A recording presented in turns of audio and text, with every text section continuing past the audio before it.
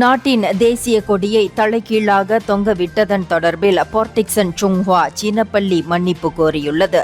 கடந்த ஆகஸ்ட் 1ஆம் தேதி தவறுதலாக இந்த சம்பவம் நிகழ்ந்துவிட்டதாக சம்பந்தப்பட்ட பள்ளியின் பெற்றோர் ஆசிரியர் சங்கம் நிர்வாகம் நாட்டின் அனைத்து மக்களிடமும் பொது மன்னிப்பு கேட்டுள்ளது.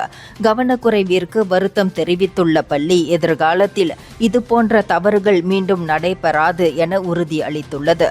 சம்பவம் குறித்து மாலை 5 மணிக்கு தகவல் கிடைத்தவுடன் உடனடியாக அந்த தவறு திருத்தப்பட்டதாகவும் தேசிய மரியாதையை காத்திட எதிர்காலத்தில் மேம்பட்ட வழிகாட்டல்கள் மேற்கொள்ளப்படும் என்றும் தெரிவிக்கப்பட்டுள்ளது.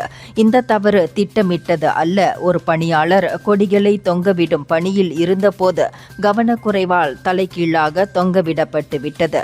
இதனால் ஏற்பட்ட குழப்பத்திற்கு மிகவும் வருந்துகிறோம் எனவும் அத்தரப்பு தெரிவித்துள்ளது.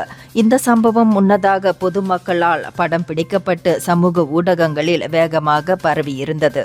இந்தியர்களின் இதய குரல் மக்களோசை.